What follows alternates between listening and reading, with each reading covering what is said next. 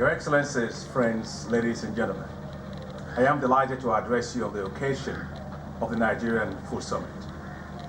I really wish I could be with you personally, because I strongly support this event.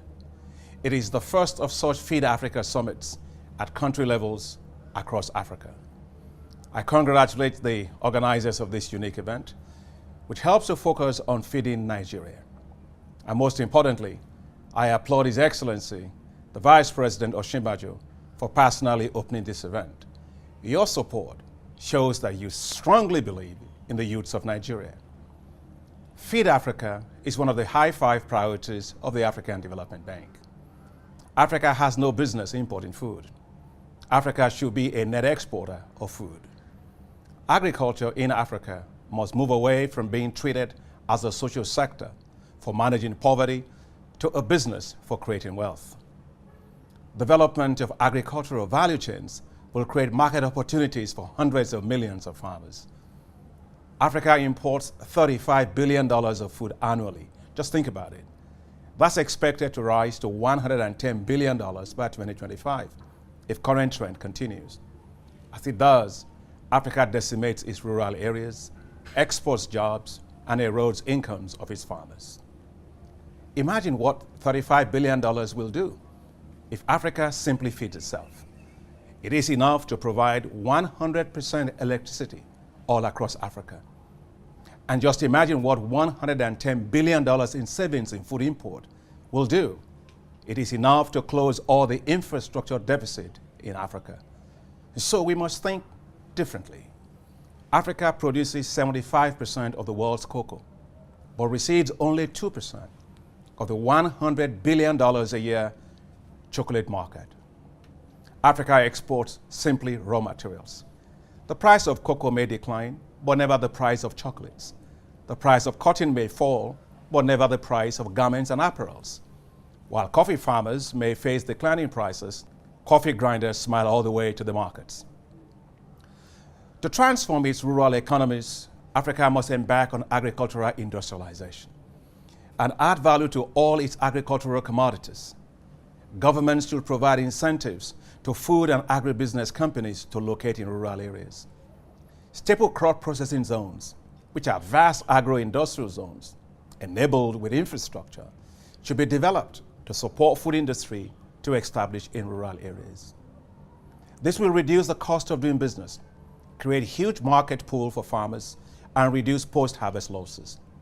These staple crop processing zones will transform rural Africa into new zones of economic prosperity. When I became president of the African Development Bank, I put agriculture high on the agenda for Africa. The African Development Bank has committed to investing $24 billion in agriculture in the next 10 years to help drive the transformation of African agriculture. But as I work for Africa, my heartbeat is also at home in my beloved country, Nigeria. There is no day that passes when Nigeria is not on my mind. After all, I serve my beloved country as Minister of Agriculture and Rural Development. I traveled the length and breadth of the country, supported agribusinesses, and mobilized public policies to focus on the needs of farmers and agribusinesses. We did so much for farmers and expanded food production. Yet more can still be done and should be done until we fully turn Nigeria into a global powerhouse in food and agriculture. Right here in the room today is the Vice President of Nigeria. He is passionate about agriculture, and I am delighted with his show of leadership in supporting this summit. When leaders rise up, things happen. Mr. Vice President, let me assure you and the government of my full support in your efforts to diversify the economy through greater investments in agriculture. The focus should be on agriculture as a business, and we must get the youth into agriculture because, simply put, agriculture is cool. The African Development Bank believes strongly in Nigeria's potential. What we've got to do is unlock that potential because nobody can eat potential. To show our strong support, the African Development Bank just approved $280 million for the government of Nigeria to support young agripreneurs in Nigeria. The goal is to support 37,000 young graduates. That means 1,000 graduates per state in primary food production, agribusiness, processing, and marketing.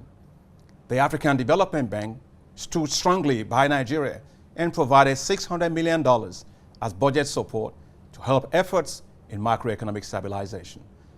Africa can benefit a lot from Nigeria. As we speak, the e-wallet system to provide farm inputs to farmers over mobile phones, which we launched in Nigeria, is now being supported by the African Development Bank with a target of reaching 30 African countries. The e-wallet has just been adopted by the government of Afghanistan with support from the World Bank. The NISAL program for risk sharing in the agriculture sector has been a huge success in Nigeria. It's now become the gold standard for getting commercial banks to lend to agriculture all across Africa. Today, the African Development Bank is scaling up NISAL to Kenya, Uganda, Benin, Togo, and Ghana, among several countries. The model for rice revolution, which started in Nigeria, is now being used across Africa. Today, Aliko Dangote is pumping $1 billion into rice production, processing as well. If the rice policy is well supported, he will become the single largest rice producer in the world in the next 4 to 5 years. The Youth in Agriculture program, which started in Nigeria, is now being promoted in 30 African countries. The Wheat Revolution, which we started in Nigeria, is being promoted in Ethiopia, Kenya, Zimbabwe, Sudan, and other countries. So, the Feed Nigeria Summit is an excellent platform to discuss how to further ramp up support to agriculture as a business. I applaud Nigeria's efforts on the homegrown school feeding program to reduce malnutrition. We have to, as over 4.5 million people in the northern parts of the country suffer from risks of severe malnutrition due to droughts. The Lake Chad is rapidly shrinking. That's why I applaud and fully support President Muhammadu Buhari's leadership and efforts on rehabilitation of the Lake Chad Basin. Climate change is affecting Nigeria, South Sudan, Kenya, Ethiopia, and Somalia. To tackle this, the bank will be going to its board to consider and approve $1.1 billion to support Nigeria and these other countries to address the current droughts and avoid famine, and also support medium and long-term measures for building resilience. Nigeria will succeed. Nigeria will unleash hope for its rural areas as it accelerates agricultural development. Nigeria must feed itself. And if it fully unlocks its agricultural potential, Nigeria can help feed Africa. You can count on my personal support and the support of the African Development Bank. Thank you very much, and I wish you a great meeting.